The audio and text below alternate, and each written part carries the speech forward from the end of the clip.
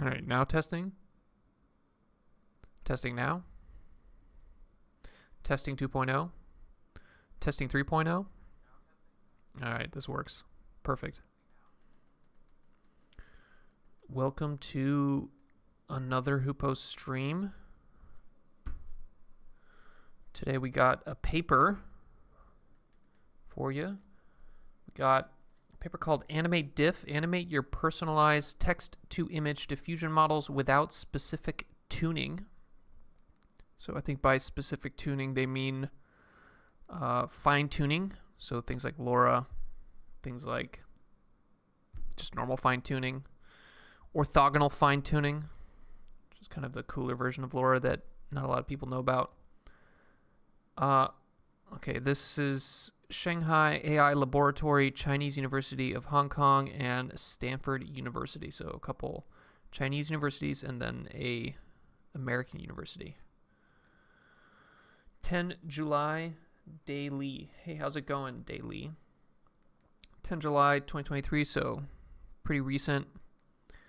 And I found this paper using the Hugging Face Papers, Daily Papers feature. I don't know if this is a feature. I don't know what you want to call this, but basically you can find top papers for every single day. And I kind of like scroll through and try to find one that's interesting. But that is how I found this particular paper. Okay, so right off the bat, they hit us with the image. You know, I love this kind of this way of enticing the reader is by showing them the best image you have, and I approve. Let's read this abstract first, though, because I think it'll give us some context. With the evidence of text-to-image diffusion models, aka stable diffusion, and corresponding personalization techniques such as Dream Booth and LoRa, these are both techniques for fine-tuning, right, which is a type of transfer learning where you're taking your model and adapting it for a new task, although some of the more original definitions like transfer learning are starting to lose their meaning, but I think here they call it specific tuning. Everyone can manifest their imagination into high-quality images. Subsequently, there is a great demand for image animation techniques. Yeah, so all the current text-to-image models, they just produce a single image, but we really want videos ultimately. And there's a lot of people that are trying to basically come up with a way of creating a series of images that are coherent and consistent in such a way that you can string them together into an animation or string them together into a video, and stringing together a bunch of images into a video is called animation. In this report, we propose a practical framework to animate most of the existing personalized text-to-image models once and for all, saving efforts in model-specific tuning. So this is going to be a technique that is agnostic to the model. At the core of the proposed framework is to insert a newly initialized motion modeling module. Okay, so this is going to be an extra little piece that maybe they train into the frozen text-to-image model. So frozen just means that they're not pushing any more gradients into it. So it would just be stable diffusion kind of out of the box, for example. Train it on video clips to distill reasonable motion priors. So the motion priors are probably what's going to be going into this motion modeling module. Once trained, by simply injecting this motion modeling module, all personalized versions derived from the same base T2I. So this is the same diffusion model here. Base is just a way of saying the original unmodified model. Is it like a head adapter? Probably. So we're going to look at let's finish this abstract and then I'll answer that question, Day. We can construct our evaluation on several public representative personalized text-to-image models across anime pictures and realistic photographs and demonstrate that our proposed framework helps these models generate temporally smooth animation clips. So temporally smooth here refers to the fact that one of the biggest problems with animating frames generated by a text-to-image model is this kind of flickering effect that happens, right? Where small changes in every single frame, when you kind of make all the frames go by quickly, those changes kind of flicker in and out, and it leads to this flickering effect that isn't very great. While preserving the domain and diversity of their outputs, code and pre-trained weights will be publicly available at our public project page. Let's see if that's actually true. If we go onto the GitHub, do they actually release the model weights? So let's give these guys a star here. AnimateDiff. Apache 2 license, that's also fine. You can also download the motion module checkpoints from Google Drive. I don't want to click on this link though. Copy link address. What does this look like? They literally just put it in a Google Drive. Okay.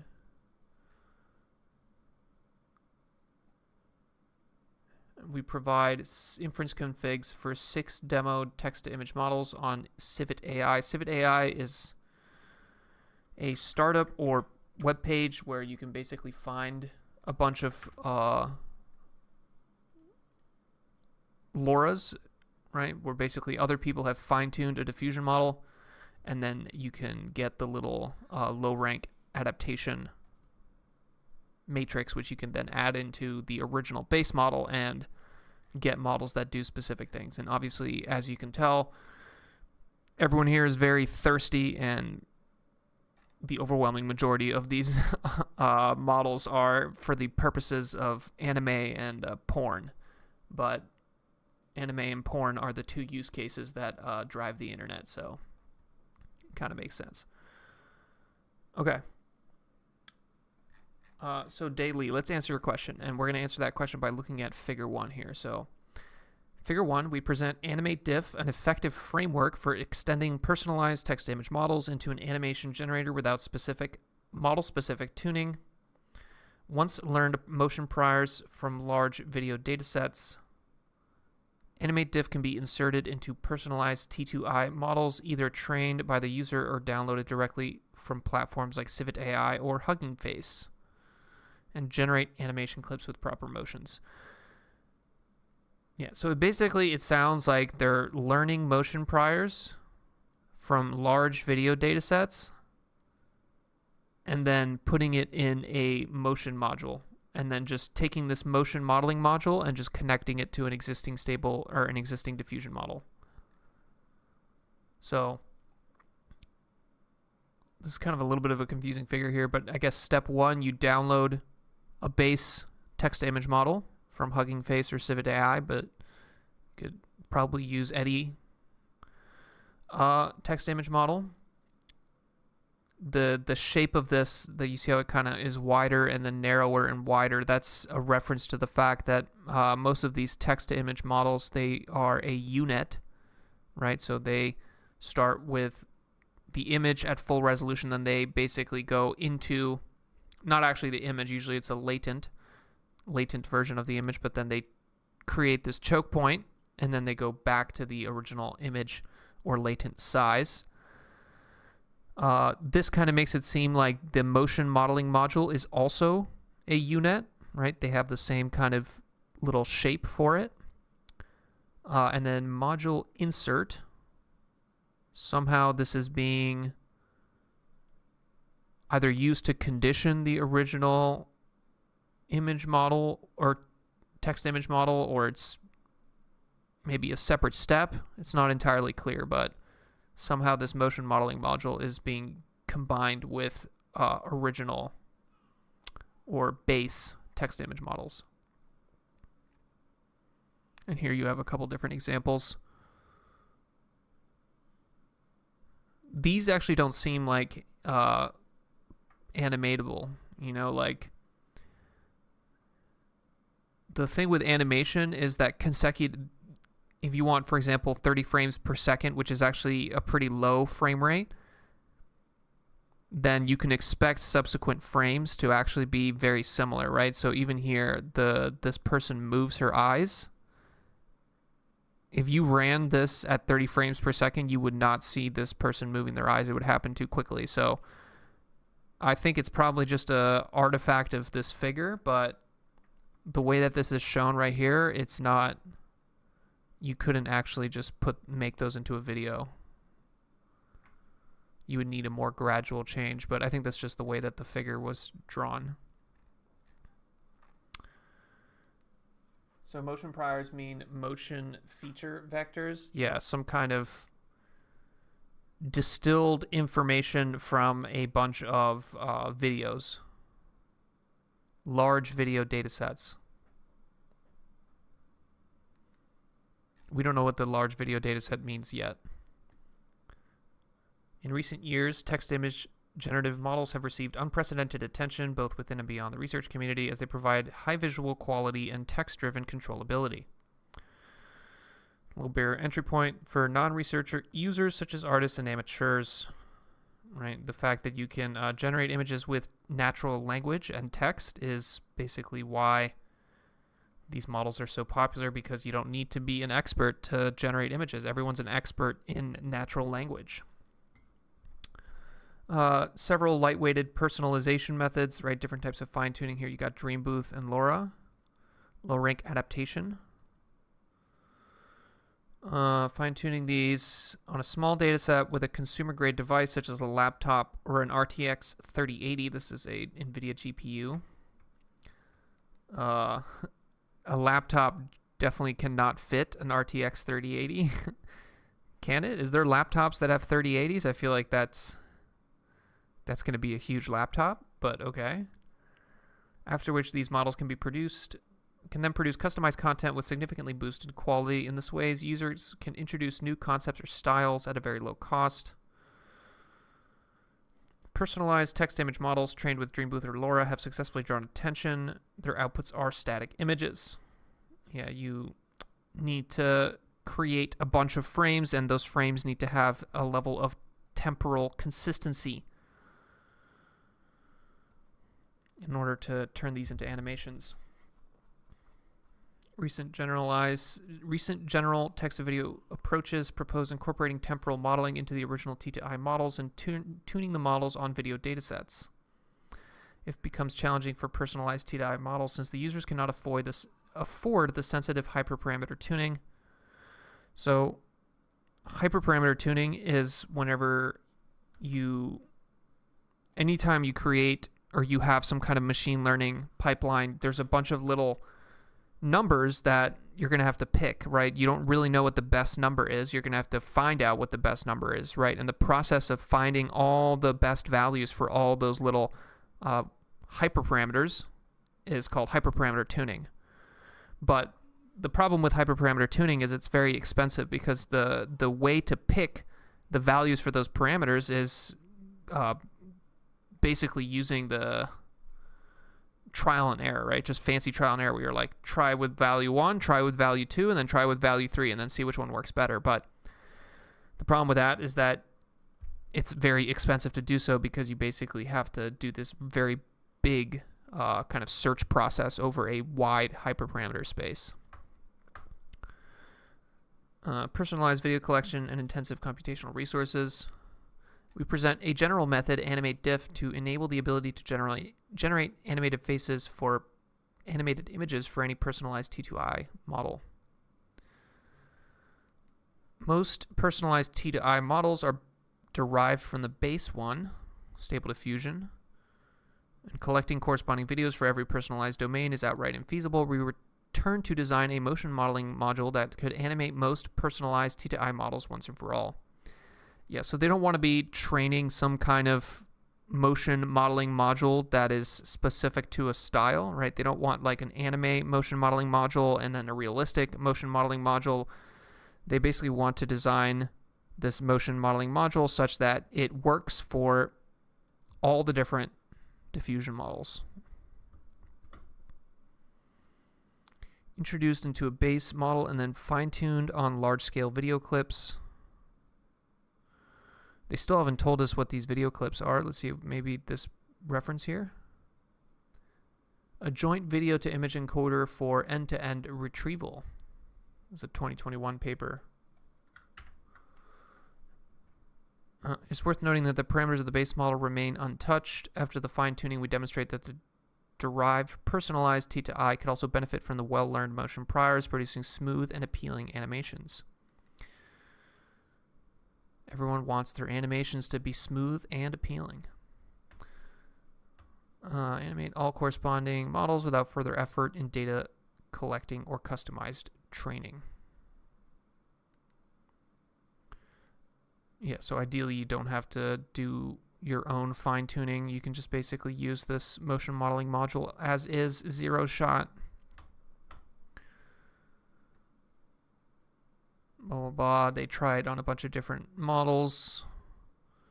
Figure out that vanilla attention along the temporal dimension is adequate for the motion modeling module to learn the proper motion priors. Interesting. Okay, so other papers that have tried to tackle this kind of taking text to image models and then making them text to video models. We've read a couple different papers that try to do this, and a lot of them use basically these additional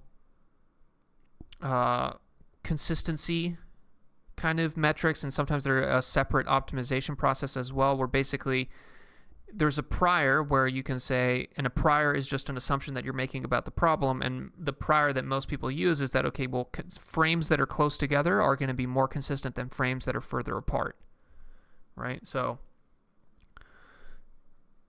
you can encode that prior explicitly, right, by having some sort of system that is designed around this prior that's consecutive frames are more similar than frames that are further apart. Or you can learn that prior by just going through a bunch of videos, which is, I think, what they're going to do in this paper. We also demonstrate that the motion priors can be generalized to domains such as 3D cartoons and 2D anime. Our AnimateDiff could lead to a simple yet effective baseline for personalized animations. All right, so that's the introduction there. And now we're going to go into the related work section where they're going to kind of talk about other papers that try to do this. I guess they're going to start here with just text-to-image diffusion models. So they've gained a lot of popularity. You have Glide, introduced text conditions to the diffusion models.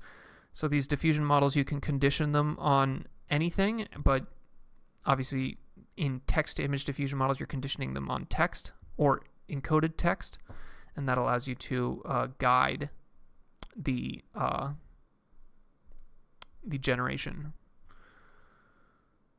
DALL-E 2 is quite old at this point, but that's one of the original OpenAI diffusion models. Clip is a joint feature space. It's a model that allows you to encode both images and text into a shared space. ImageGen incorporates a large language model pre-trained on text corpora and a cascade of diffusion models to achieve photorealistic image generation. Stable Diffusion proposed to perform the denoising process in an autoencoder's latent space. So Stable Diffusion, which is probably the most popular diffusion model, certainly the one that you can modify the most easily. Obviously, Midjourney is also a diffusion model, but you can't really do anything with that. It's entirely black box, right? You don't really have the ability to fine-tune it externally. But most of these diffusion models, they work in a latent space, right? So before you're removing and adding the noise to the image, you're actually encoding the image with usually something like a variational autoencoder. That's what the autoencoder here is. Reducing the required computational resources while retaining generated images' quality and flexibility. Unlike the above works that share parameter during the generation process, eDiff-I trained an ensemble of diffusion models specialized for different synthesis stages. So model ensembles is basically, ensemble is just a French word that means together, right? And it basically just means a bunch of models together. Ape together strong, but with models, right? Models together strong. While there have been many powerful T2I generative algorithms, it's still unacceptable for individual users to train their models due to the requirements for large-scale data and computational resources. Therefore, several methods have been proposed to enable users to introduce new domains into pre-trained text-to-image models. So, textual inversion proposes to optimize a word embedding for each concept and freeze the original networks during training. So, these diffusion models, right, they're taking in they're conditioned on text. So one way that you can introduce a new concept is by figuring out what that concept, the best latent text or text embedding that represents that concept, which is what textual inversion is, right? But a different way of doing it is actually pushing gradients into the diffusion model itself, or a adapter to that diffusion model, right? Which is what LoRa is. Dream Booth is another approach that fine-tunes the whole network with preservation loss as regularization. I think this is meant to be regularization here, not regulation. Custom diffusion improves fine-tuning efficiency by updating only a small subset of parameters, allowing the concept merging through a closed-form optimization. This is what LoRa and OFT are. They're basically, you're not training or fine-tuning the entire model because that would be expensive and you couldn't really do it on a consumer GPU, right? But they push gradients into these small adapters. While these methods are mainly based on parameter tuning, several works have also tried to learn a more general encoder for concept personalization. With all these personalization approaches in the recent community, our work focuses only on tuning-based methods such as Dream Booth and LoRa, since they maintain an unchanged feature space of the base model. So Dream Booth and LoRa do not modify the original base model, although technically LoRa does, right? Because you're taking the base model and then applying this adapter to it. So it is kind of changing the base model. Since the setting in this report is newly proposed, there is a currently little work targeting it. Though it is a common practice to extend an existing text-image model with temporal structures for video generation, existing works update whole parameters in the networks, hurting the domain knowledge in the original text-image model. Yeah, usually, like, if you push gradients into a model that is very general, it'll become more specific, but it'll lose that generability, right? This is the catastrophic forgetting problem. So you have to be very careful about fine-tuning or adapting the original base model, because you'll lose some of that generalizability that makes it so powerful. And they're calling the generalizability the domain knowledge. Tune a video solves the one-shot via a slight architecture modification. Text to video 0 introduces a training-free method to animate a pre-trained model via latent wrapping. A recent work close to our method is align your latents, a text to video model that trains a separate temporal layers in a T2I model. Our method adopts a simplified network design and verifies the effectiveness of this line of approach in animating personalized T2I models via extensive evaluation on many personalized models. All right, so that's the related work. Now let's get into the method. Let me take a big sip of this yerba mate here beforehand.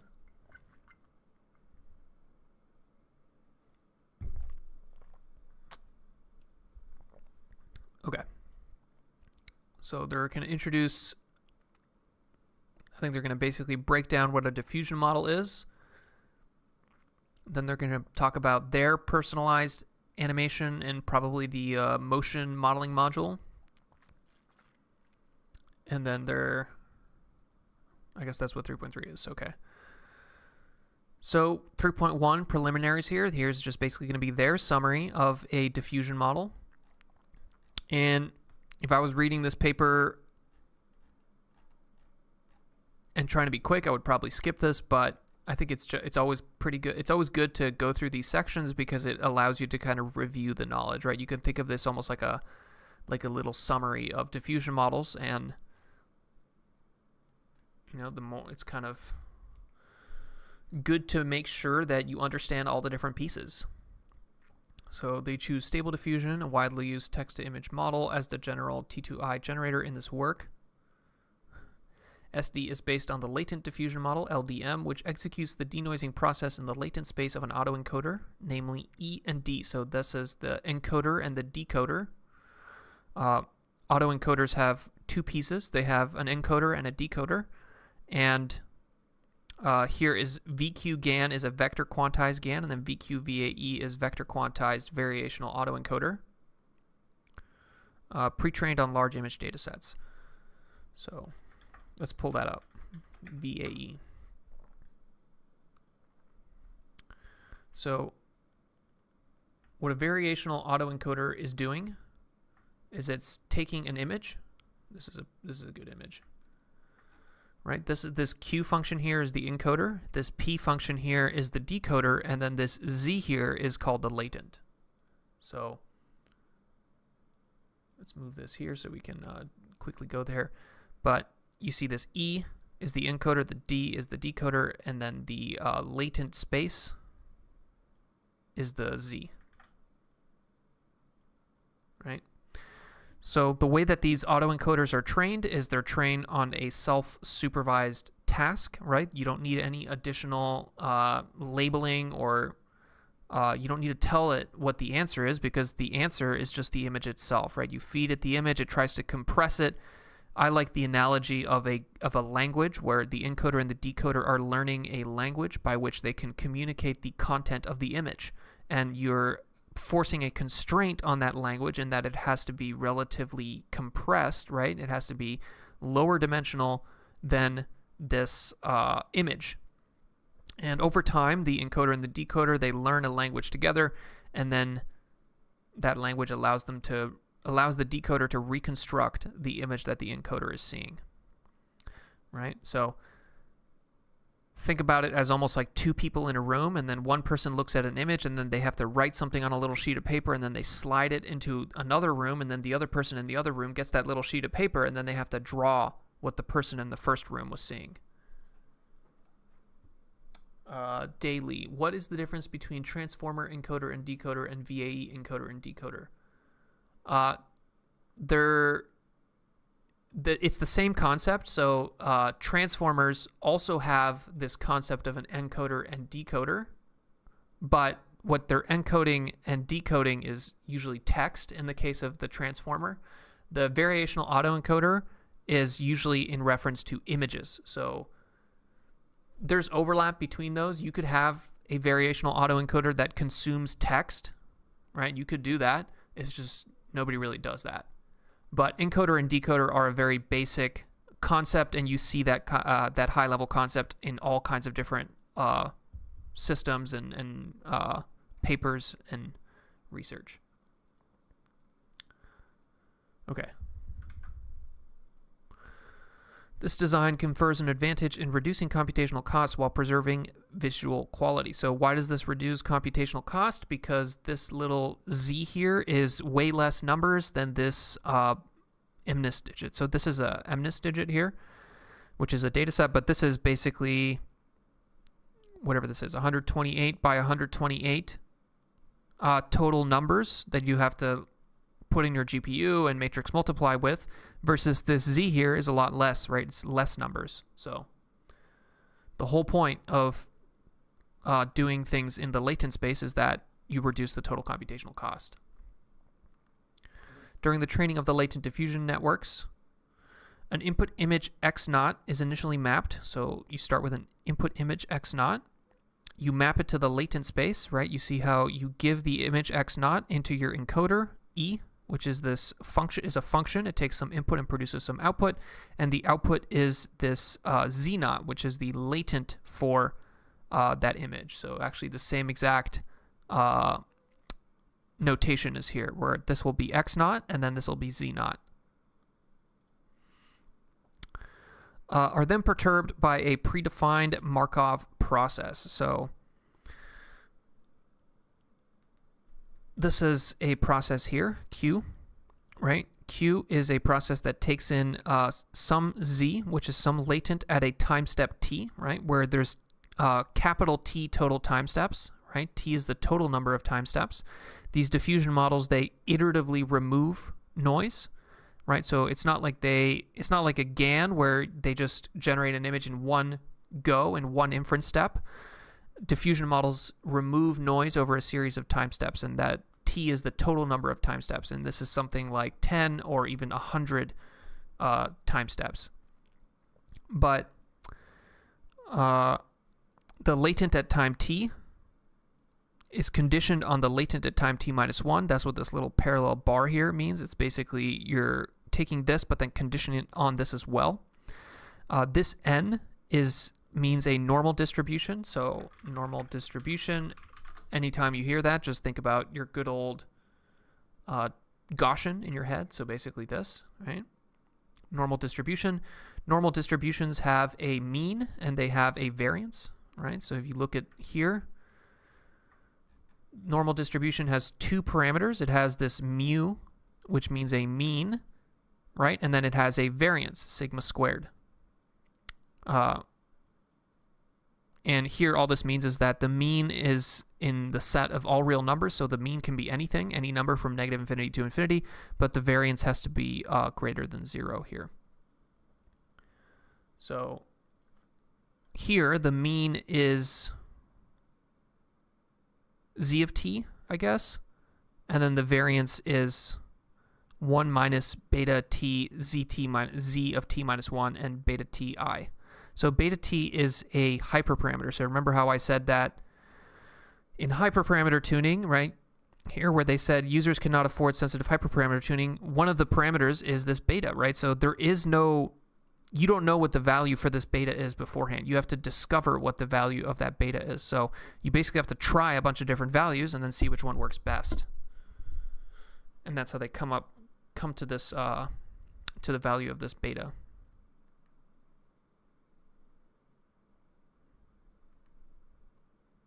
Hyperparameters beta t. Determine the noise strength at each scale. And what do they mean by this? The amount of noise that you remove and that you add in this diffusion model is dependent on the time step, right? You want to, when you're at the very end and you almost have your image and it's pretty much there, you don't really want to remove that much noise. But when you're at the very beginning and you're just looking at a, let's pull up a nice picture of a diffusion model here.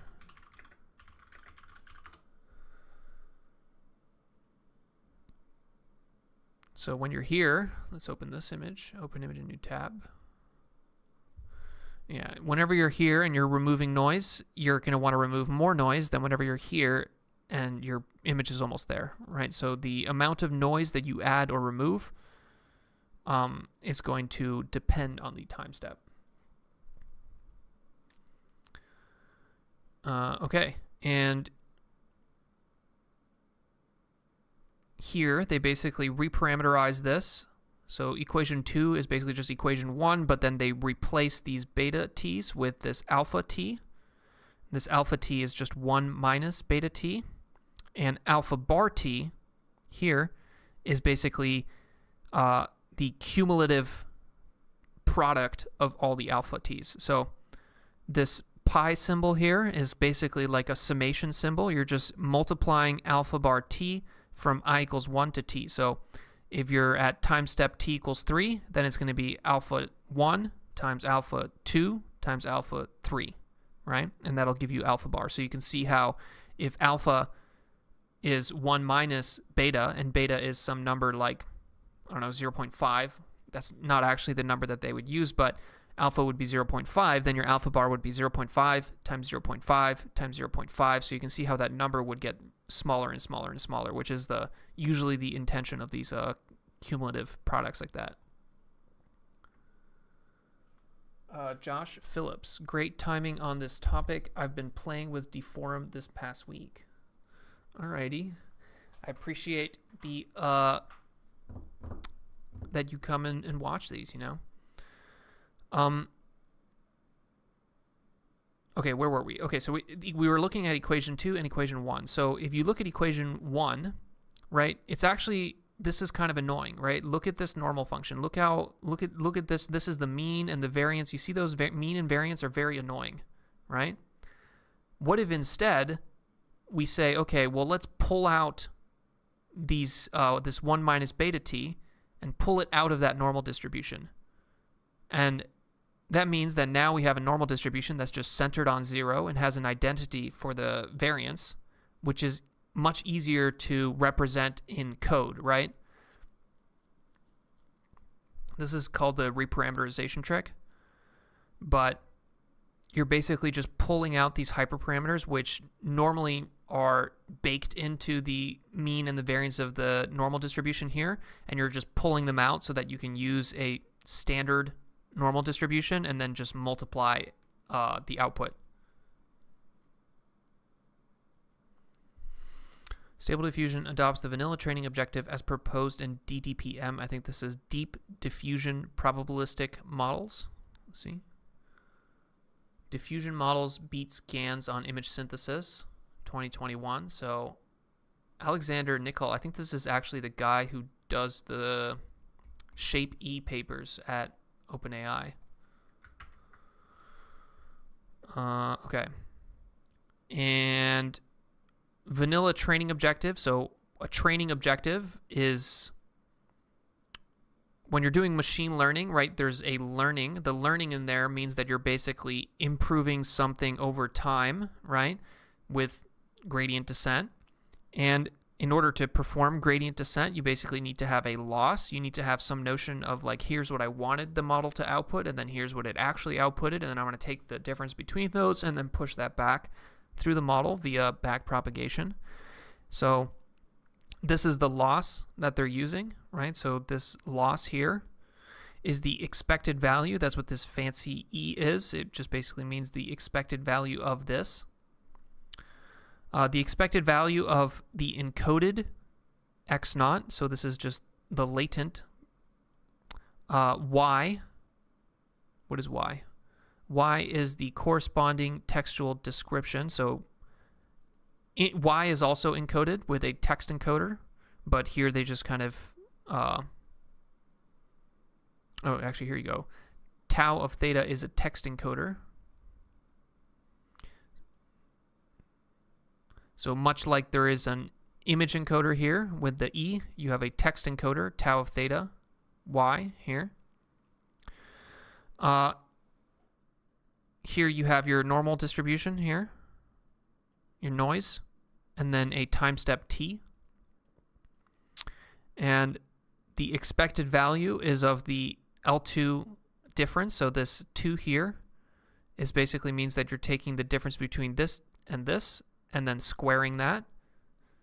The parallel bars basically mean it's a distance, right? So it's a distance between one thing and another thing, and it's a squared distance.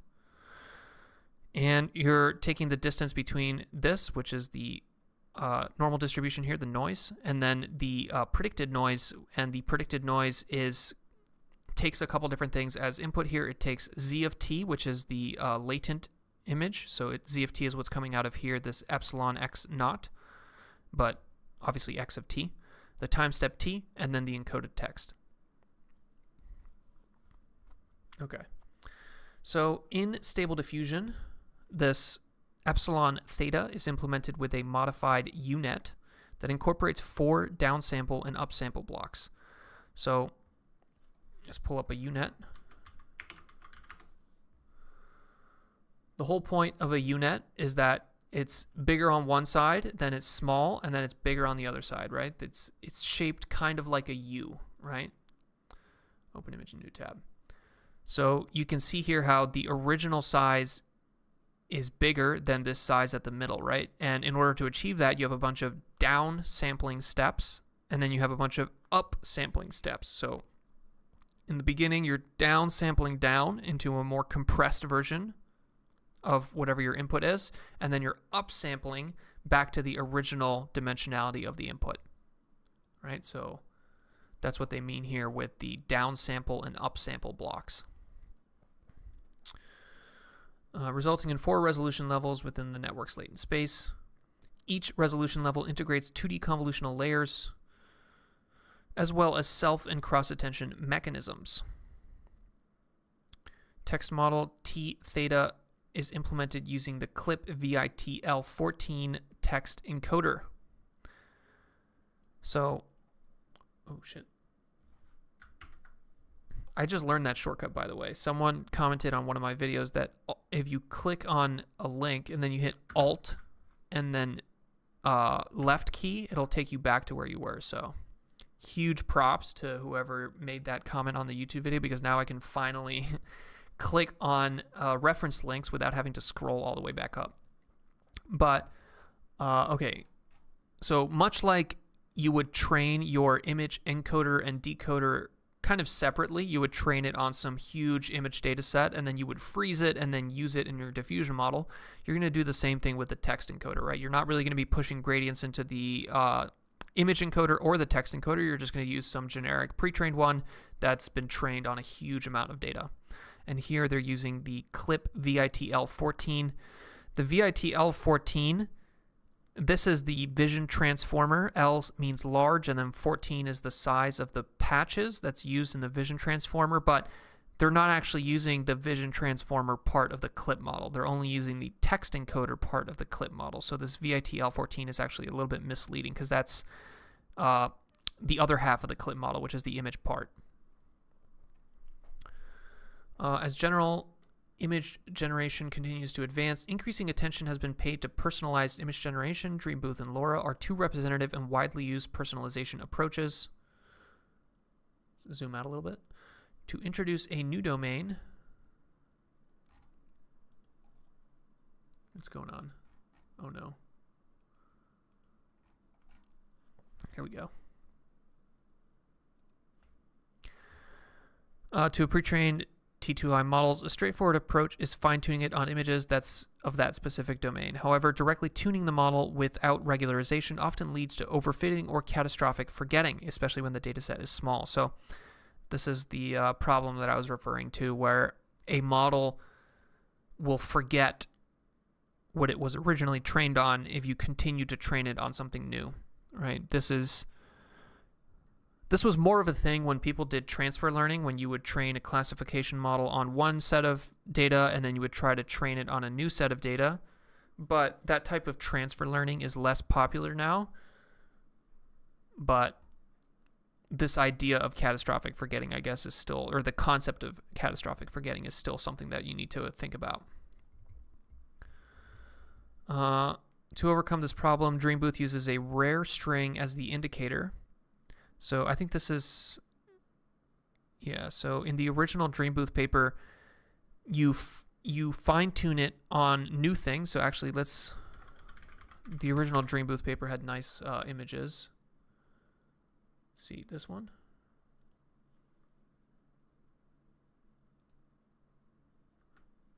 Yeah, I remember these, the corgi images. These are so cute. Okay, but basically when you fine-tune it in this Dreambooth, you have a very, very small data set here, as little as 3 to 5 images of a specific concept. So this can be a dog, but it can be you, right? It can be pictures of you. And then you push a couple gradients into your LoRa or whatever it is, and you're saying this image has a specific, for example, text token.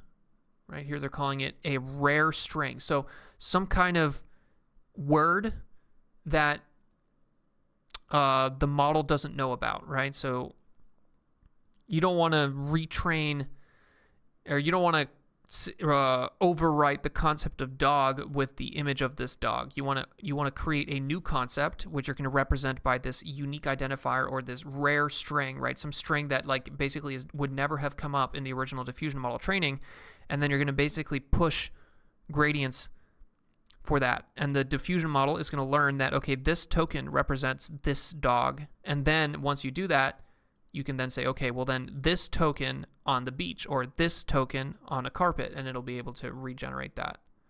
So it's not necessarily that you're teaching a new concept to the model. It's more that you're letting the model understand and remix some of the original concepts it has, right? So like this diffusion model has some notion of what a dog is and what this specific breed of dog is. It just doesn't know to associate it with this specific token. So I don't know, that was maybe a terrible explanation, but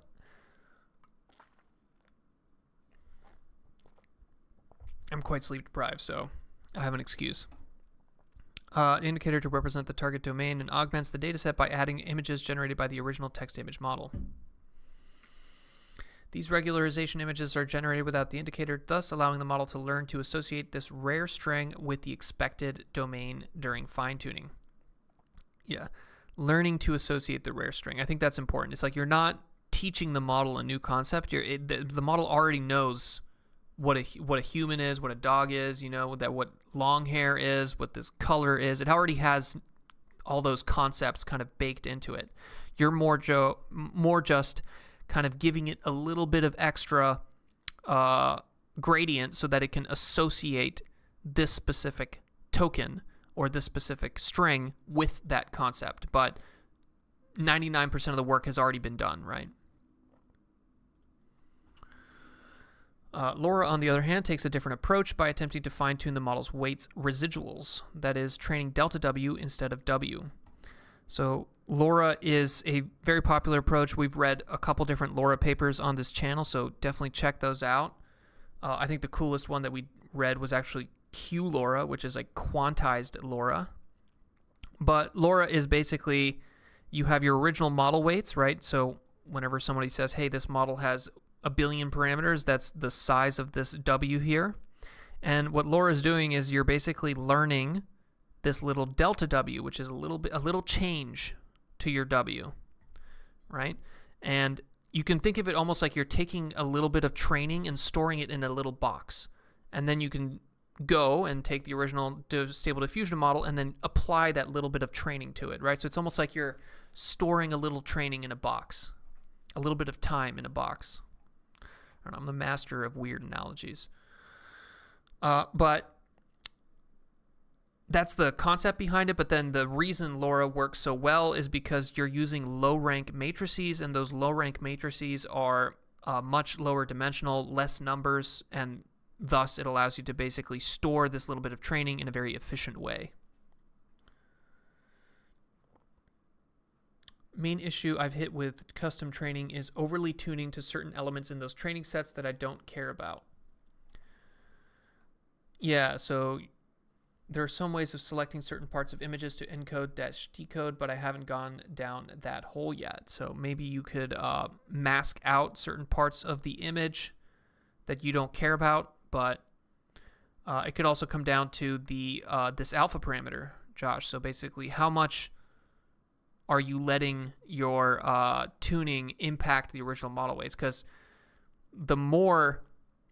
the bigger you make this alpha, the further away you're going to get from the original model weights, and the more you're going to run into this catastrophic forgetting kind of or overfitting situation. So making this alpha small will keep the original diffusion model more intact. To further avoid overfitting and reduce computational cost, delta W R m by n is decomposed into low-rank matrices. Yeah, I don't know if that's something that you have control over. There's a bunch of different packages to do LoRa. I think the really popular one is this, PEFT, GitHub. Yeah, this is one that's popular, the parameter efficient fine-tuning. This is coming out of Hugging Face's team, so Hugging Face is paying for some people to basically maintain this. And you can create these LoRas, right? And you see here this LoRa alpha here. That's the number you want to change. So you make that smaller. Okay. But this delta W, again, normally it would be just as big as your original model, but you're using a low-rank version of it, right? And the low-rank version of it, the R, so the dimensionality here of this delta W is m by n, so think about a big square with m on one side and then n on the other side, and then now you're breaking it down into two squares, A and B, and the one square is M by R, and then the other square is N by R. And because R is much smaller than M or N, then these two squares are much smaller than the original big square. And whenever I said square, think about like a square matrix, right? But it's actually more. It's not actually a square matrix, but it works better in your head to think about why this works if you think about just a square matrix. In practice, only the projection matrices and the transformer blocks are tuned, further reducing the training and storage cost of a LoRa model. Compared to DreamBooth, which stores the whole model parameters once trained, a LoRa model is much more efficient to train and share between users. Right? So in the DreamBooth, you're changing the entire model. Right? So you're taking the whole Stable Diffusion model, all like whatever 20 gigs of it, or 13 gigs, sorry, and then pushing gradients into it, and now you have 13 gigs of your new model. But that is huge, right? So now you have to be dealing with the entire new model. So the thing with LoRa is that now all you need to pass around is this little delta W, and I think that's literally what this Civit AI website is based on, right? Is that imagine if every single one of these LoRas was the size of the original Stable Diffusion model. It would just be way too intense for people, right? So the secret is that each of these LoRas is actually way smaller, and they're way smaller because this R, this low rank, is much less than the original rank, M by N. Personalized animation. Animating a personalized image model usually requires additional tuning with a corresponding video collection, making it much more challenging. In this section, we target personalized animation, which is formulated as given a personalized T2I model, e.g. a DreamBooth or LoRa checkpoint, trained by users or downloaded from Civit AI or Hugging Face. The goal is to transform it into an animation generator with little or no training cost while preserving its original domain knowledge and quality. Suppose a T2I model is personalized for a specific 2D anime style. In that case, the corresponding animation generator would be capable of generating animation clips of a style with proper motions, such as foreground and background segmentation, character body movements, etc. I don't think they explicitly mean foreground, background segmentation. Segmentation is the task of breaking up an image into different parts, right? Foreground, background is just the most basic version of that, where you separate out the foreground and the background. But I think they're talking about implicitly doing that, not explicitly having a segmentation model break the image into foreground and background and then do something. One naive approach is to inflate a T2I model by adding temporal aware structures, learning reasonable motion priors from large-scale video data sets. So you could basically add extra stuff to the original diffusion model.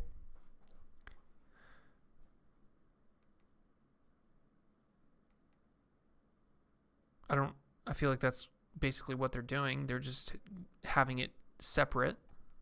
Train a generalizable motion module and plug it into the personalized T2I at inference time. So, I mean, I don't know, like they keep saying, okay, it's costly here, but you're also doing that, right? And this paper also does that. They also spend a bunch of time training this motion modeling module on a video data set. So it's not like they saved themselves the effort of doing that. No matter what, they still had to do that. We avoid specific tuning for each personalized model and retrain their knowledge by keeping the pre-trained weights unchanged. Another crucial advantage of such an approach is that once the module is trained, it can be inserted into any personalized T2I upon the same base model with no need for specific tuning. This is because the personalized process scarcely modifies the feature space of the base T2I model, which is also demonstrated in ControlNet. ControlNet is another popular variant of these diffusion models where you basically train ControlNet diffusion. You train a little parasitic module, right? So you have your original diffusion model here represented as this little neural network block, and then you train a basically little extra, I call it a little parasitic brain, which sits here and takes in some extra thing here represented by C, which usually is some kind of edge map or maybe a pose image or a segmentation image. There's different things you can control it on, different control signals C. And you keep the original model frozen. So you see here all of these little locks here mean that this is the original model here and that they're freezing it. So they're not changing any of the parameters here. They're only changing the parameters in this little parasitic brain over here. And it seems like they're doing something similar as well, where they're basically freezing the pre-trained diffusion model and then adding this little motion module on the side. Let's read this and then we'll look at the actual picture here. Motion modeling module, network inflation. Since the original Stable Diffusion can only process image data batches, model inflation is necessary to make it compatible with their motion modeling module, which takes a 5D video tensor. So a tensor is just a fancy word for a matrix, right? A vector and a matrix and a tensor. Tensor is just basically higher dimensional versions of matrices. In the shape of batch times channels times frames times height times width. So an image is height times width and then channels. So most images you see are three-dimensional or 3 channels, which means they have a red, green, and a blue channel, which comes from the fact that as humans we have 3 types of cone cells in our eyes and rod cells. I don't know which one, but we have red, green, and blue cones in our eyes. So basically the images that we decided to create in our digital universe have 3 channels as well to represent that. Frames in this case refers to the fact that the video has a bunch of frames. And then I don't know what the batch dimension is here. It's going to be a bunch of frames of 3-channel images. To achieve this, we adopt a solution similar to the video diffusion model. We transform each 2D convolution and attention layer in the original image model into spatial-only pseudo 3D layers. By reshaping the frame axis into the batch axis and allowing the network to process each frame independently.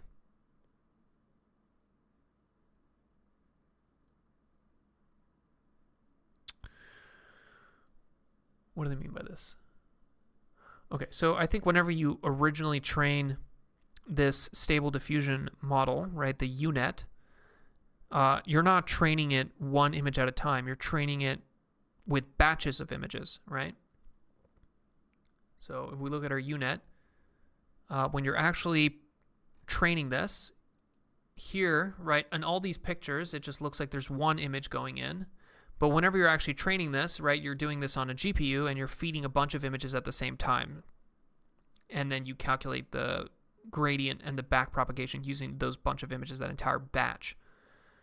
And the way that that batch is implemented, images in that batch do not affect other images. So it's like each image in the batch is basically treated independently. So it's not like the composition of the images in the batch affect other images in the batch. So did that explain that? I don't know if that explained it. Reshaping the frame axis into the batch axis by allowing the network to process each frame independently. Yeah, it sounds like each frame is going through the model without being able to affect other frames. So very similar to a batch. But they also have a batch.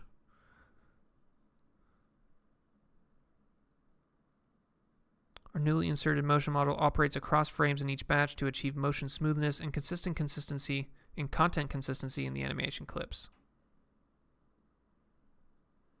For the network design of our motion modeling module, we aim to enable efficient information exchange across frames. To achieve this, we choose vanilla temporal transformers as the design for our motion module. It is worth noting that we have also experimented with other network designs and found that a vanilla temporal transformer is adequate for modeling the motion priors. The vanilla temporal transformer consists of several self-attention blocks operating along the temporal axis. So in transformers, you have the self-attention mechanism. Transformers are consuming a sequence, generally a sentence, and they're performing an attention mechanism between the sentence itself and the sentence, right? So that's what the self-attention refers to. This is what I want. Open image in new tab. So here whoa, what is this? No, let me find a better image of attention. This is what I want. Yeah, this is perfect. So this is what self-attention would look like for a sentence, right? So this is your sequence, which is just a sequence of tokens, which is a sequence of words, which is a sentence.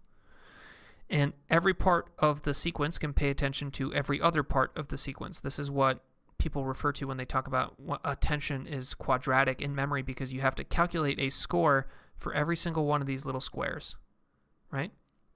And they're doing the same thing, except the attention is operating along the temporal axis.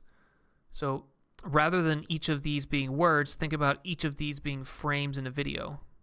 And then you have to basically calculate the attention score for every frame in that video and then every frame in that video. So obviously the diagonals are going to be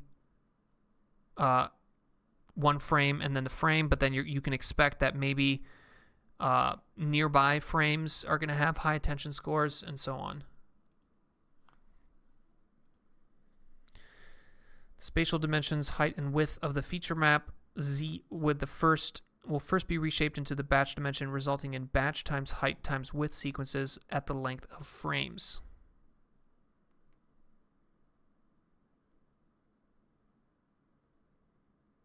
So I think that they're saying that batch times height times width is the dimensionality of like the individual little thing here, and then you're going to have a frame.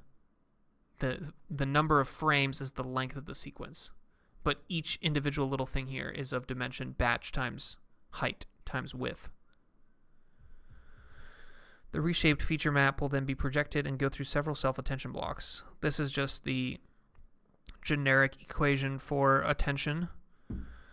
You have your queries, you have your keys, and you have your values.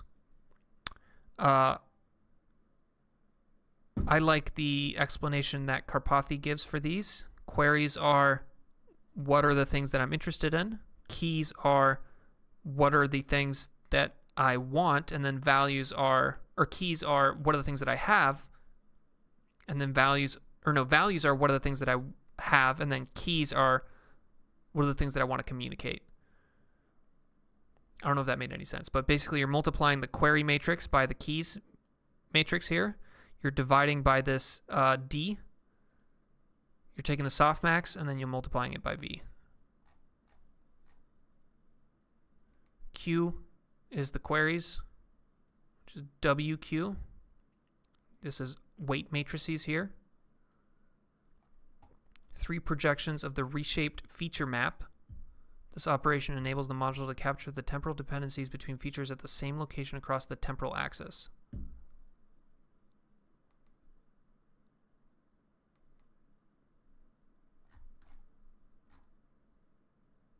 Operating along the temporal axis.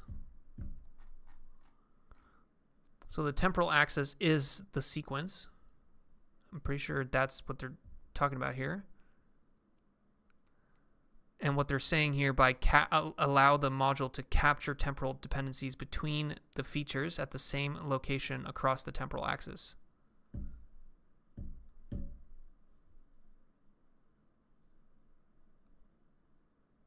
I feel like the wording here is like unnecessarily confusing.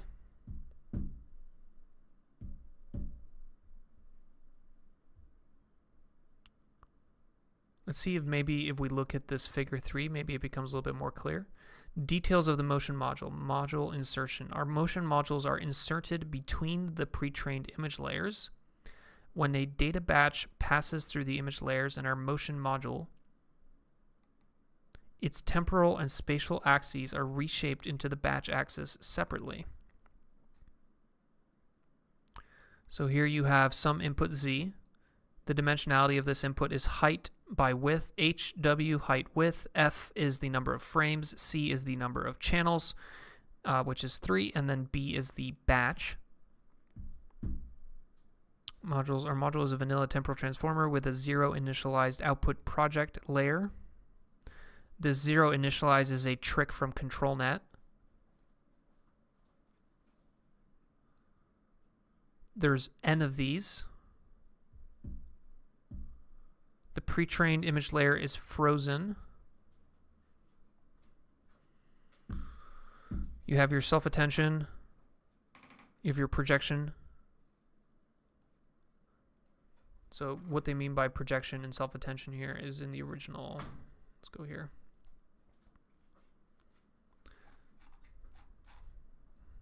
This is the projection here. This feed forward is the projection layer. And you can see here, actually, this is a nice little breakdown. The Q, K, and V. Your matrix multiplying the Q and K. Scaling, here's the softmax. This is the dividing by the square root of D here. And then the matrix multiply with the Q, K, and the V here. So that's this image right here is basically this equation here. Okay. Let's go back. To enlarge the receptive field of our motion module, we insert it at every resolution level of the U-shaped diffusion network. Insert it at every resolution level of the U-shaped diffusion network. I think what that means is that they have a motion module at every single level here. So they have a motion module here, they have one here, they have one here, they have one here, they have, they probably don't, do they have one in the upscaling or just in the downscaling? We additionally add sinusoidal position encodings. So a position encoding is basically just a little vector that you can pass in with anything else that lets the whatever neural net you're interested in, it gives it information about the position of something.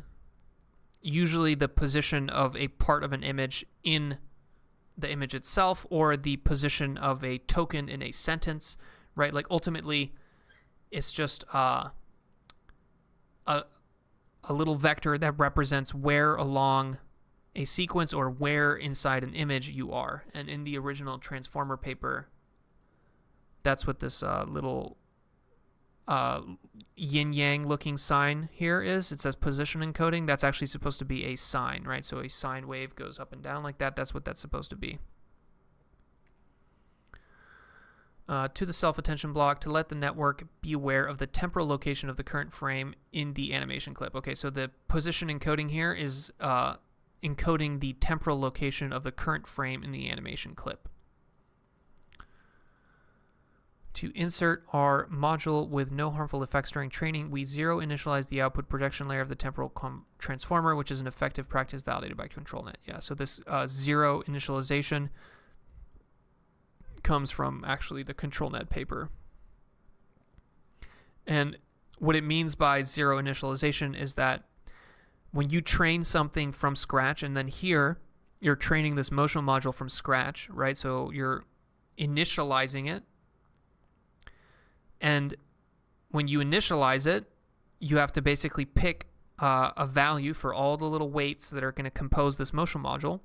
And 0 initializing it means that the value that you're picking for all those little weights is 0. And the reason that's unusual is because most of the time you're not initializing the weights to 0. You're initializing them to something like basically your random values that are centered on 0 and have like a nice shape. There's a bunch of different types of weight initialization. There's Xavier initialization, I think, is the most popular one. But maybe I'm just old at this point. So Xavier initialization, this is how you would pick the initial values.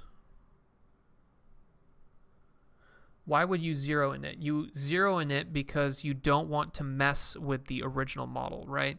So if you don't zero in it, what happens is that you're going to have kind of random weights here. So whenever you feed in something into this motion module, it's going to come out with some other random number. Basically, it's going to basically.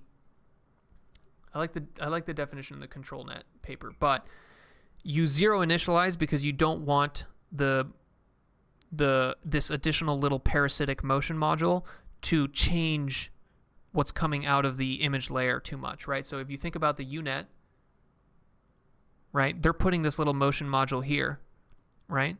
And if you did not zero initialize, then you would feed an image into here, it would go into the motion module, and then the motion module would basically add a bunch of extra crap to the what's coming out of here and going into here. What's coming out of this first layer and going into this second layer. So by zero initializing, you basically ensure that at the very beginning, the very first time that you feed something in here and then it goes through the motion module and then that gets combined and go through the next module, you know that it's basically going to be unchanged. You're not adding anything because you zero initialized it. Does that kind of make sense, Josh? Basically, you don't want to change what's coming out of one layer into the next layer at the very beginning. So you're basically, when you multiply by zero, you're not changing anything, and so it remains unchanged. And then over time, it'll start to increase, and then you'll start to change it a little bit. I just feel like my brain is just not working right now from lack of sleep, but I appreciate you guys bearing through this.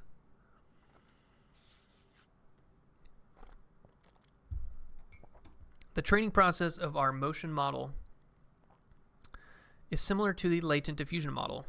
Sampled video data, x0, 1 to n. Right, so we know that x0 is the image, but in a video, you're going to have a bunch of frames, each of which is an image, and you can see here how there's n total frames. So x0, 1 to n is all of the n frames. You're going to encode these. So you're going to feed every single one of those frames into your image encoder, and you're going to get a bunch of latent frames. Then these latent frames, which here they're calling latent codes, you could also call them embeddings, you can call them, I don't know what else you can call them, are noised using the defined forward diffusion schedule. Okay, so you're taking these little latents and you're adding noise. Right, so you're taking your original little latent here, Z0, and you're adding noise, right? And remember that this epsilon here is a normal distribution centered on 0 with a identity for the variance, and that's being multiplied by your noise schedule, which is this alpha bar t, right? This hyperparameter that changes over changes depending on t, which is the time step. The diffusion network inflated with our motion module takes the noised latent codes and corresponding text prompts as input and predicts the noise strength added to the latent code.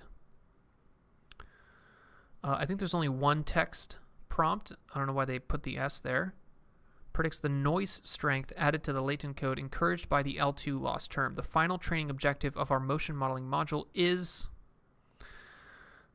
this. So this is the loss that they're using to push gradients into this motion module. And remember that they're freezing the original layers. So they're taking this UNet from Stable Diffusion and they're freezing it, right? But then they're adding these little extra motion modules here, right? So it's kind of a weird setup, but your UNet is going to have some modules that are frozen, some layers that are frozen, and then some layers that are 0 initialized, so they start at 0, they don't have any impact initially, but then over the course of this training with the video dataset, you're going to be pushing gradients into the little motion modules that are in between these layers here. And this isn't actually the UNet in Stable Diffusion, this is just like some random ass UNet I found on the internet, but I like this image just because I think it shows you the U. Okay, So what loss are they using to push gradients into these little motion modules that are sitting in between each of the layers of the frozen pre-trained diffusion model? This is the loss. So the loss looks very similar to what we were seeing before, right? This is the expected value. That's what this E means. This is the images from 1 to n, so all the frames, and you are encoding those frames with your pre-trained VAE, right? You're not messing with that VAE at all. You're not messing with the text encoder at all. Those things are just, they're there, and they're pre-trained, and they're proud, and you're not pushing gradients into that. Y is your prompt. So this is your actual text in like text form, and then what your text encoder is doing is it's turning it into a vector or a latent or an embedding, right? A bunch of numbers that you can actually feed into a model. You can't feed letters into a model, but you can feed a vector of numbers. That's what your text encoder is doing, is turning your sentence into a bunch of numbers. You also have your noise here, which is just a normal distribution centered on 0 with an identity variance. So maybe one thing here, and sorry if this is a little bit pedantic, but what does it mean when the when this variance here? So in a one-dimensional normal distribution, right? Your mean is just a single number, and your variance is just a single number, right? So your mean might be 0, and your variance might be 0.2. But the noise here that they're talking about here, this n, it's a normal distribution, but it's a normal distribution that is higher dimensional. It's like 2D, right? So the variance is not just a single number, and the mean is not just a single number anymore, right? The mean is two numbers, which is what's the mean in x, and then what's the mean in y, and then the variance is also the same thing. It's like what's the variance in x, and then what's the variance in y, and the I here is the identity matrix, which is that matrix that has basically ones along the diagonal and then zeros everywhere else. So that's why here they have I. It's because it's a multi-dimensional normal distribution. And then finally, T is the time step. And here you have your UNet here, right? Your little UNet is basically trying to predict that noise. And the UNet is taking in the latent, right, which is what's coming out of the image encoder. It's taking in the time step, and it's taking in the encoded text. During optimization, the pre-trained weights of the base T2I model are frozen to keep its feature space unchanged.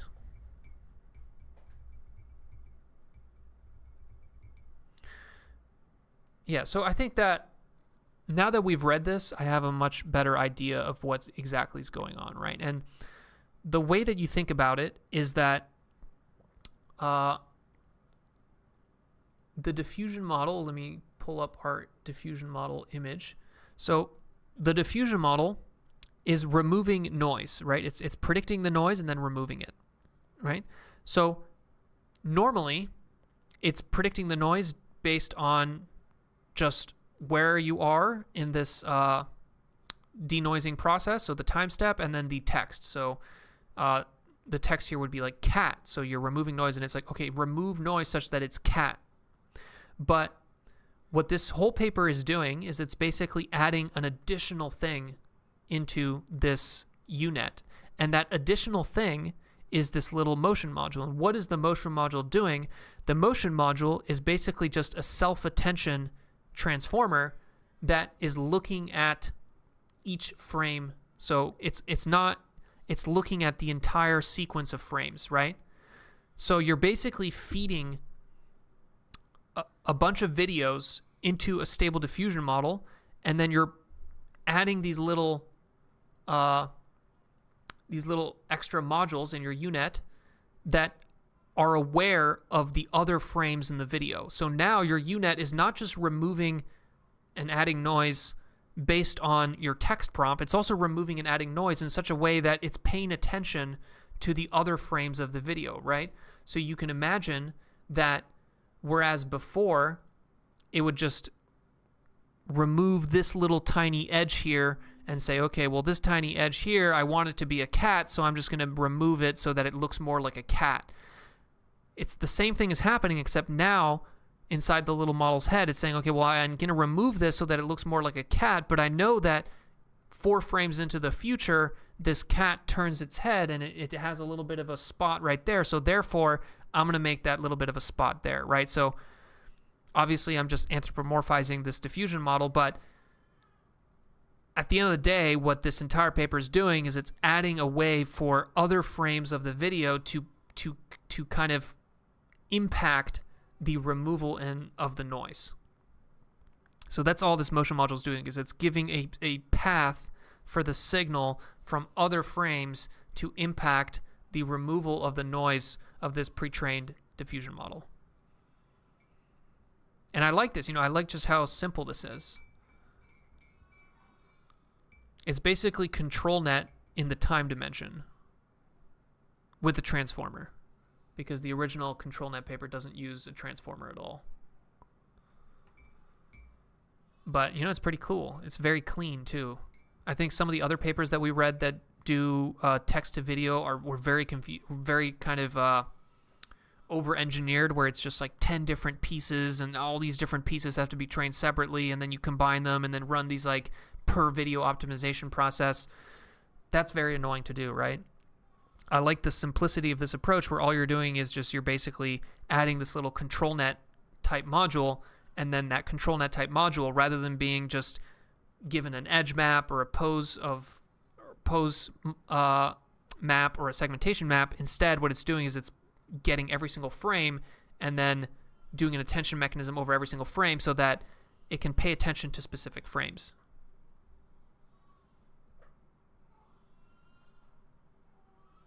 What's the size of the motion module? Can you fit the entire frame and attention to every single into that module? Actually, that's a good point, Erland. It might be the case that this motion module is huge, right? Especially because attention mechanisms are quadratic in terms of memory use, right? So the longer your sequence, the more expensive, right? The longer each side of the square here, and in this case, it's going to be the length of the video. So imagine if you have a video with 1,000 frames. You're going to have 1,000 frames up at the top here and then 1,000 frames at the bottom. This attention matrix here is going to be huge. So it could be the case that even though it's very conceptually simple, it's actually the size of these little motion modules is huge and start to dwarf the size of the actual pre-trained image models or pre-trained diffusion models. So yeah. That is true. We don't know what the size of these are, and it could just be, depending on the length of the video, the number of frames, it could be so big that it just is impractical. We chose Stable Diffusion v1 as our base model to train the motion modeling module. This is quite old. I think at this point we have, not only do we have Stable Diffusion v1.4 and then v2 and then v2.1, but then there's also Stable Diffusion XL, so this is kind of a super ancient version of Stable Diffusion. The dataset they're using is WebVid 10mil. Let's see what these look like. WebVid 10M. The WebVid 10M dataset. Okay, so these basically look like YouTube. Maybe not YouTube, maybe more like frames of a video or of movies. These look a little bit more professional. They all seem to be in this long format, which means that they have to get cropped into squares because Stable Diffusion is a square aspect ratio. But they're also very short, right? So one thing that I'm noticing here is that these are actually quite short.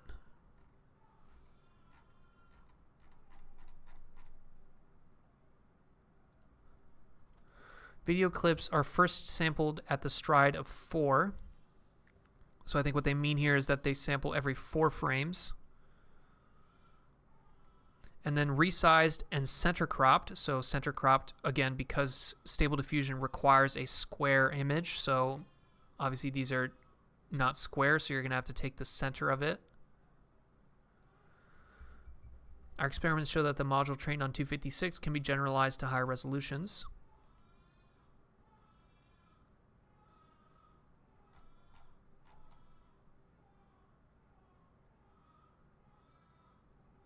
Oh, interesting. Okay, so you see the way that they reshaped this over here, right? You see how the B times H times W? This is just a feature, right?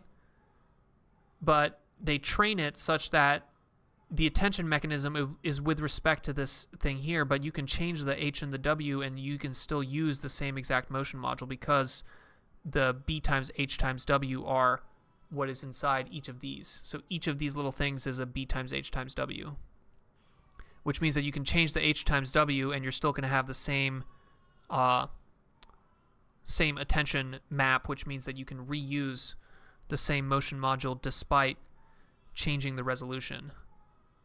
Okay, so that makes a little bit more sense. I think it was a little bit confusing here what the fuck they were doing with this like reshaping and the batch size, but I think the whole reason they did that is so that they could do it at different resolutions without having to change it.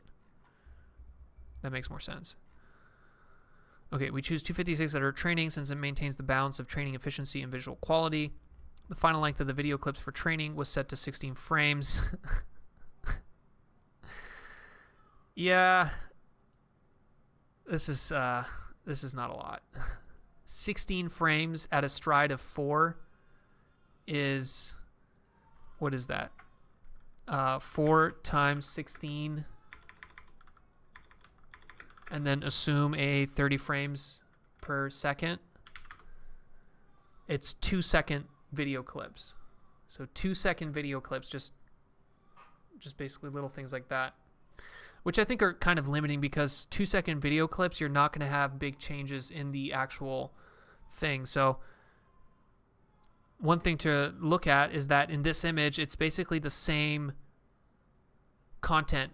Maybe this one is a little bit different. So this one where this woman like does a little billiard ball, you can see how initially you see the pool table, but then at the end of the video, you don't see the pool table. So the pool table goes in and out of view. And I think that those type of videos where the entire view changes are much more difficult than videos like, for example, this, where the scene is static and you just have an object moving across it. During experiments, we discovered that using the original schedule where the base T2I model was trained helps achieve better visual quality and avoid artifacts such as low saturability and flickering. We hypothesized that slightly modifying the original schedule can help the model better adapt to new tasks and new data distribution. Thus, we used a linear beta schedule. Is this the beta in the noise? In the diffusion model? Or is this like the beta in the atom optimizer?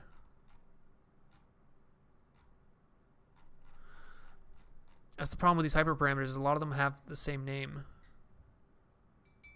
I think this is the beta in the diffusion. Okay, here we have some results. So we're taking a break here to look at these results. One girl, cherry blossom, pink flower. So you see here the animation. I don't know. I feel like it's a little bit of change here, but the consistency is there, right? It's like I'm looking at the background, for example. The background stays consistent.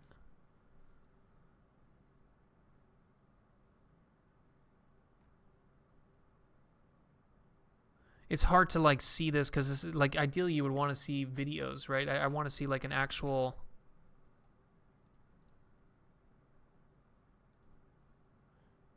Yeah, so here you go. You actually click on them. It's kind of good. There's a little bit of flickering, but it's like, it's pretty good.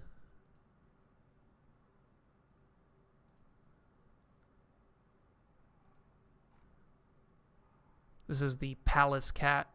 It's a very cool kind of cat. It has round eyes. You guys ever seen this? Little detour. These cats are pretty badass.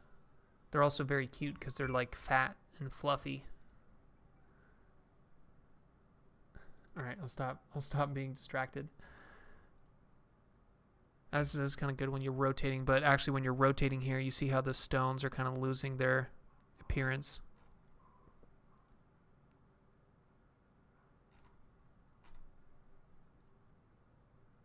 Ooh, this one's kind of cool. It like zooms out and rotates at the same time.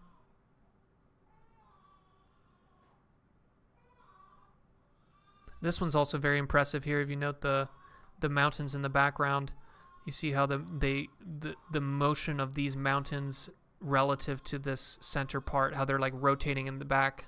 This kind of like almost like a effect like that. That's letting you know that the motion priors that it has learned from the video data set are actually useful.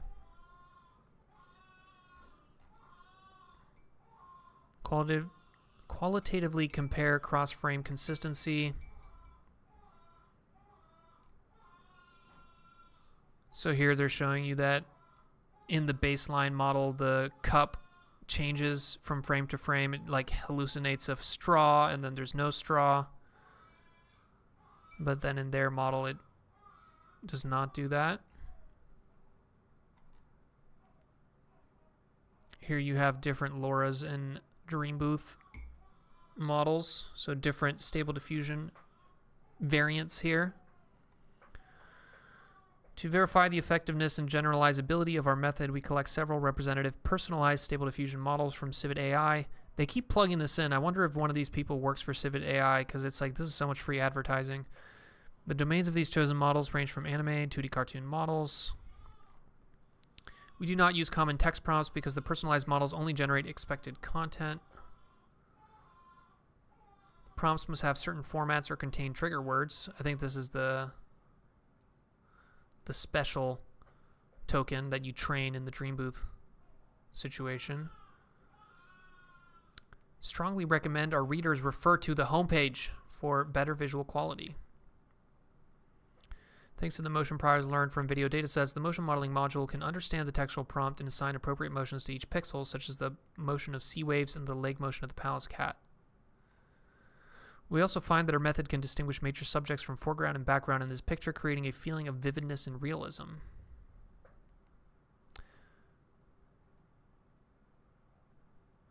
Our qualitative results demonstrate the generalizability of our motion module for animating personalized T2I models with diverse domains. By inserting our motion model into the personalized model, AnimateDiff can generate high-quality animations faithfully to the personalized domain while being diverse and visually appealing.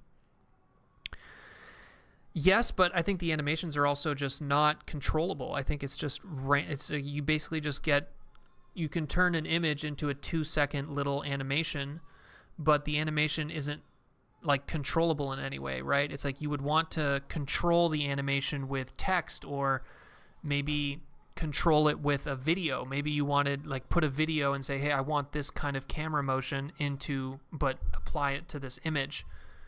Right, I feel like that's maybe a next step to take in this research direction, is conditioning these motion modules on something so that it's a little bit more controllable. Because right now it just basically hallucinates motion in whatever way it wants. We compare our method with Text to Video 0, a training-free framework for extending T2I model for video generation through network inflation and latent warping. When using Deforum, I have to apply a new prompt at certain frame segments. So you're saying they are controlling motion?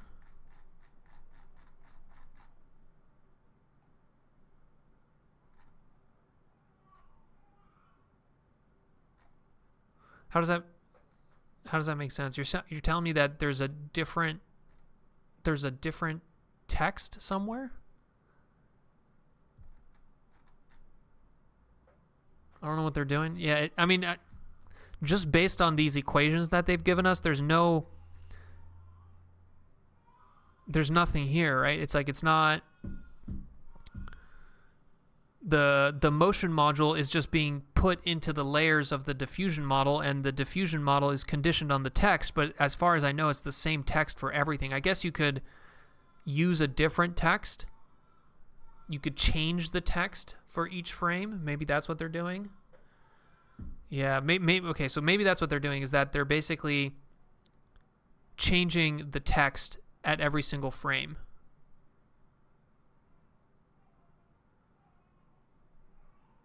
But that'd be kind of weird, right, if you change the text, because then the frame consistency is going to be kind of fighting the text in terms of like which one gets to guide it. Our method first trains a motion modeling module. During this stage, only parameters of the motion module are updated.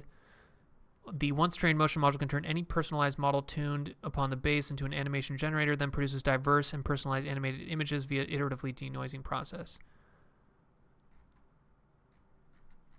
Yeah, I feel like they must be doing something else that's not in this paper, because there's nothing here that tells me that the motion is conditioned on something. It just seems like the motion is just whatever the motion priors happen to create. IDK. Thanks for pointing that out, though, Josh. I'd be glad to investigate if you have some more information. Okay, and then they compare to a bunch of other things here. Text to video 0, tuna video, T2V. Does not rely on parameters. We generated animation clips of 16 frames at a resolution of 512 by 512 using the default hyperparameter provided. We qualitatively compare the cross-frame content and consistency of the baseline on the same personalized model and with the same prompt.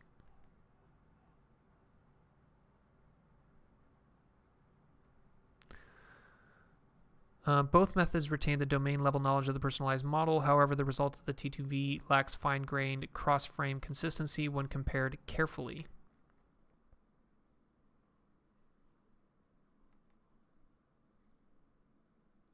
Our approach exhibits more appropriate content changes than align better with the underlying camera motion, further highlighting the effectiveness of our method. Yeah, this is kind of what I noticed, specifically this one here. I just love the way that the mountains move relative to this one is worse. You see, it almost looks like the mountains are like zooming in and changing, but this one here is particularly good. Oh shit, this one's even better. See that? The motion of the mountains with respect to the castle here. We conduct an ablative study to verify our choice of noise schedule in the forward diffusion process. We mentioned that using a slightly modified diffusion schedule helps achieve better visual quality. We experiment with 3 representative diffusion schedules adopted by various work and visually compare their corresponding results.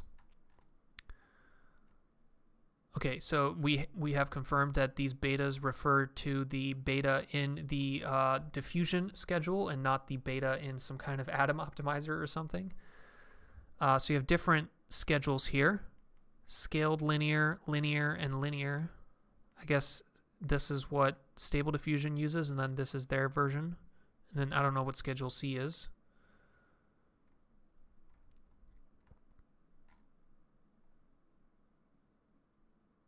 Linear just means that you're changing beta at the start to the end in a linear fashion, right? So a cosine schedule is something that goes up and down like that, right? A linear schedule is something that you start at some value and then it linearly goes to a different value.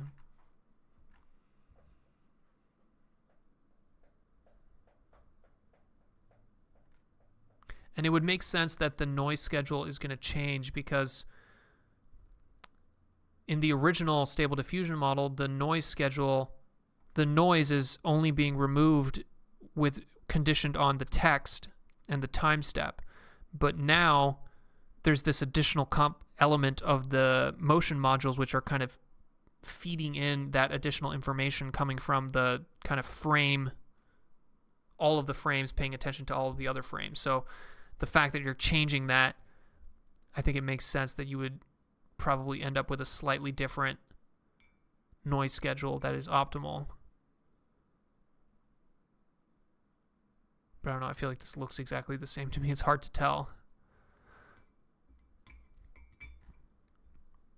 Schedule A is the schedule for pre-training Stable Diffusion. Schedule B is our choice, which is different in how the beta sequence is computed. Schedule C is from DDPM and DIT and differs more from SD's pre-training schedule. The animation results are with sallow color artifacts. The fuck is sallow color?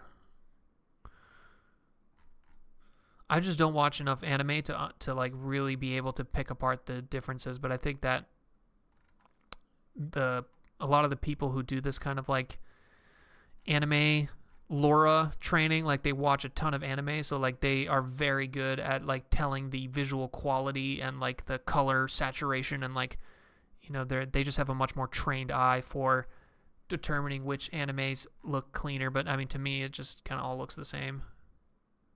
Maybe looking at this hair, this looks a little wacky. There's some consistency there, right? There's like some of the like things in the hair stay the same.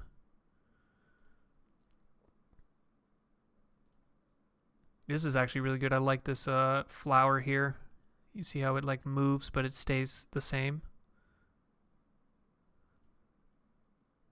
But there's some mistakes here. You see here how this pink flower blossom here just kind of becomes part of the hair. Yeah, it just gets absorbed into the hair.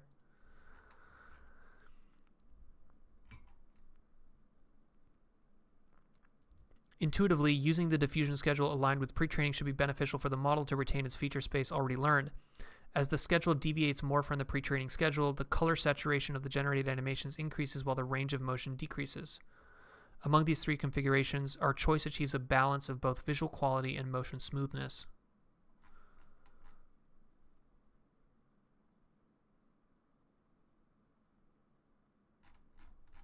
Okay, hard to tell. Based on these observations, we hypothesized that a slightly modified diffusion schedule in the training stage helps the pre-trained model adapt to new tasks and domains. Our framework's new training objective is reconstructing noise sequences from a diffused video sequence. This can be done frame-wise without considering the temporal structure of the video sequence.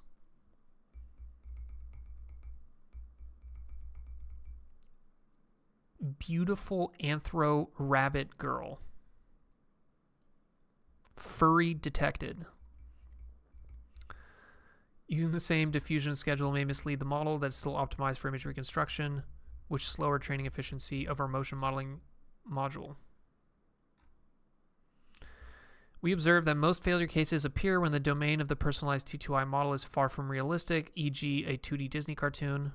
That makes sense because the dataset that they trained on is all just realistic videos, so it makes sense that the motion priors that it has learned are motion priors that make sense in the real world, which are different than the motion priors that you would see in a animated film. And this kind of goes directly opposite to what they were saying, right? They were saying that, hey, we're just going to train one generalized motion module, and that motion module works for everything, and then they wait until the very end of the paper to tell you, okay, the motion module really only works for realistic images because everything that we trained on is a realistic video. So ideally, if you wanted the best possible motion module for your anime, Laura, you would train a new motion module entirely on a anime dataset. So you still have a narrow task-specific motion module outperforming a generalized motion module, which is not what they were advertising, but it makes sense. Hypothesized is due to the large distribution gap between the training video and the personalized model. A possible solution to this problem is to manually collect several videos in the target domain and slightly fine-tune the motion modeling module. Wish we left this to future work. Fine. How about a LoRa for the motion modeling module? In this report, we present AnimateDiff, a practical framework for enabling personalized text-image model animation, which aims to turn most of the existing personalized T2I models into animation generators once and for all. We demonstrate that our framework, which includes a simply designed motion modeling module trained on base T2I, can distill generalizable motion priors from large video datasets. Once trained, our motion module can be inserted into other personalized models to generate animated images with natural and proper motions while being faithful to the corresponding domain.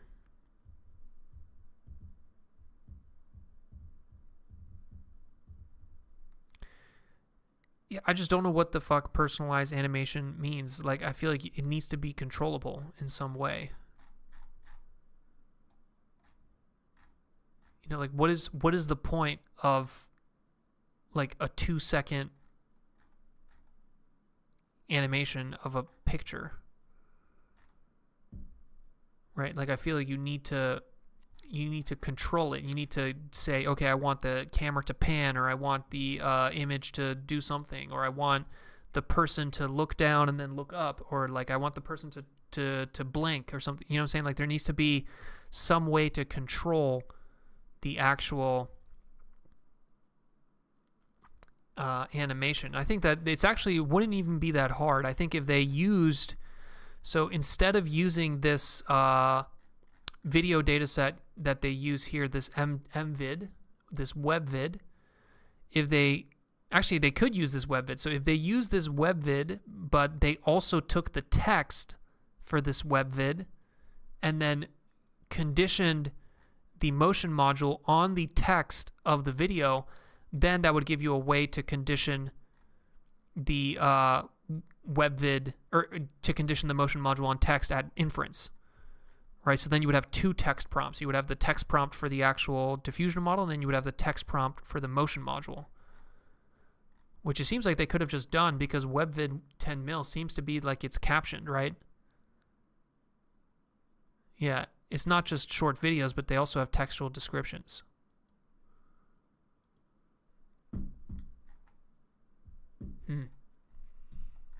Okay, but that's the paper. Let's take a sip, and then we'll summarize this paper, and then that'll be it. Let's see.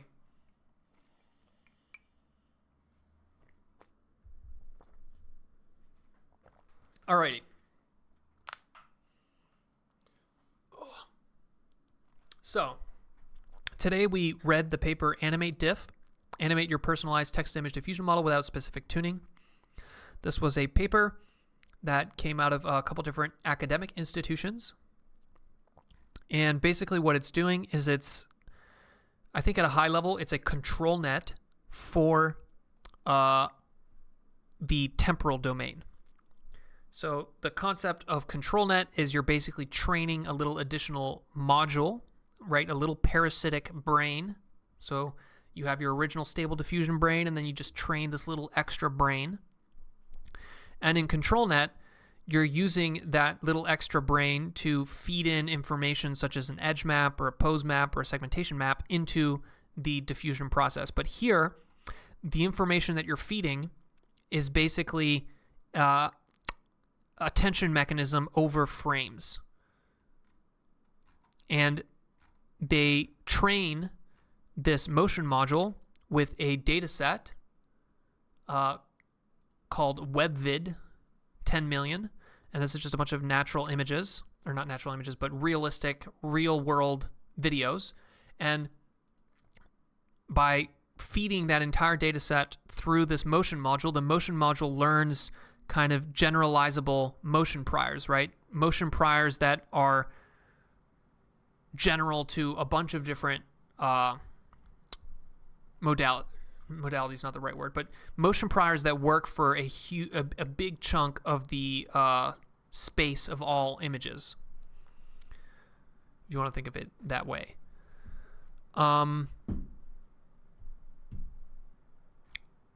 What else? I like that they keep the diffusion models frozen, so there's no fine-tuning going into the diffusion models or the encoders for the image or the encoders for the text. This is also not something that is doing any kind of per video optimization process. It's not very complicated, right? It's actually very conceptually simple. You're just training these additional motion modules, right? So you have your UNet here. The gray boxes represent the original UNet in Stable Diffusion, and then you're adding these little motion modules, these little blue bars in between the layers of your UNet, and then you're keeping everything frozen, and then you're just pushing gradients into these little motion modules. What else? Yes, the way that they feed the frames of these videos into this motion module, they basically do a reshape operation, which allows them to train a motion module that is agnostic to the size of the image, right? So I thought this was a little bit clever. It's a little bit confusing, but it's clever because it means that they can train this motion module with 256 by 256 video and then use it with a different size, height, and width video. So that's clever, especially if you're going to be training on a huge data set like this.